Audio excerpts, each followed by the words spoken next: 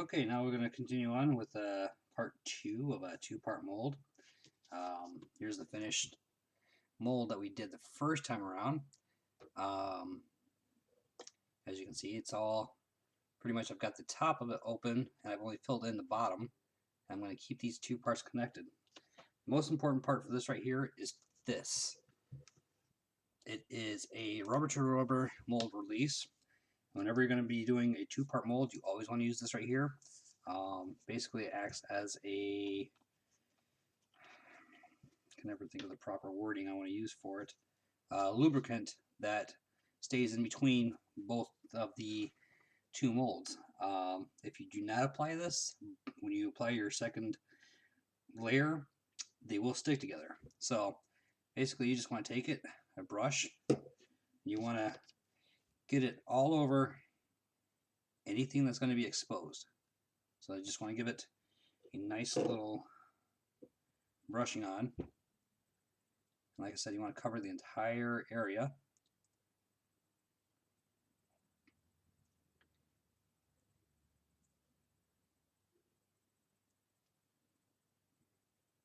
And then they're all set. While we finished off the other one, I started with another piece I'm going to try here.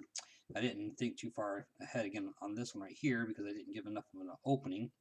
So this one will be quite the interesting piece if successful.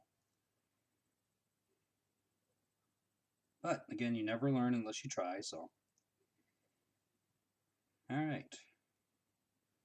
Now that I've got them properly coated, gonna go ahead and mix our mold putty. Now for the first one, I'm not doing much of a coating here, so I don't need as much putty. At the same time, I'm just going to be on the safe side and add a little bit extra just in case, because well, I only want to do this one once.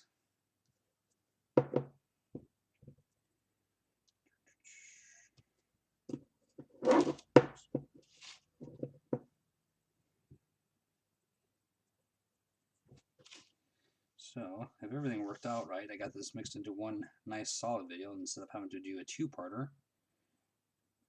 But I guess we won't really find out until I upload now, huh? Alright, gonna mix these in.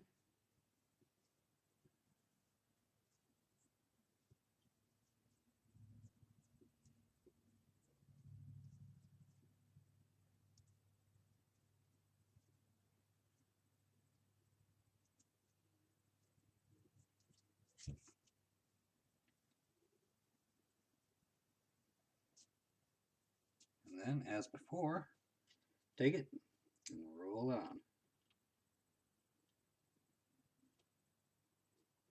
Now, doing a two-part mold with putty is not the best. You might get some good results sometimes, and you probably get a lot of bad ones. It's not the ideal to use, but since we're just doing a show and tell on what you can do with putty, and since that's the only thing I have right now to work with, we'll go like this. So once I get regular RTV molding material, I'll do another video on that. So there's our first one. Kind of made it look like a little mushroom. And we're just going to go ahead and give that the 20 minutes. Go ahead and do my second piece here, which this one's going to need a little bit more. In case you're wondering, I'm trying to do the Paraviper mask.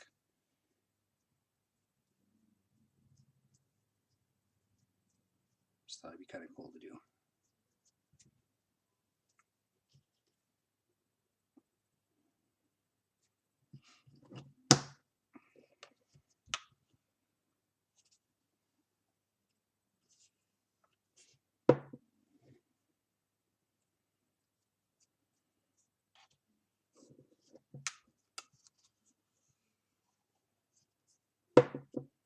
Now this rubber to rubber mold, this is a Lumilite.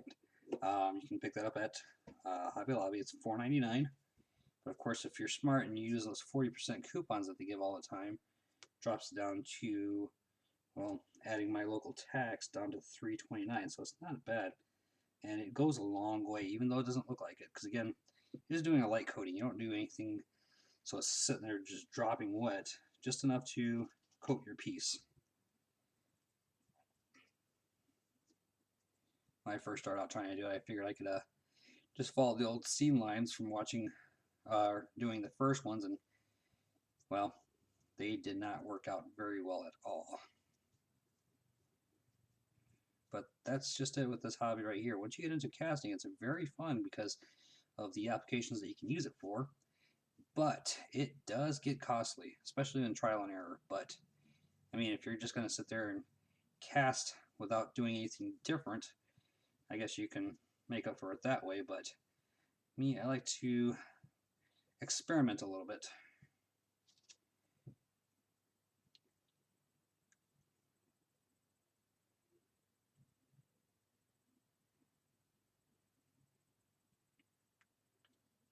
What'll be interesting is if the hoses actually come out properly on this one.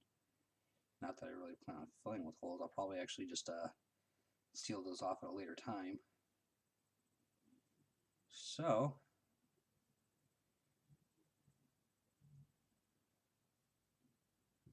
all right.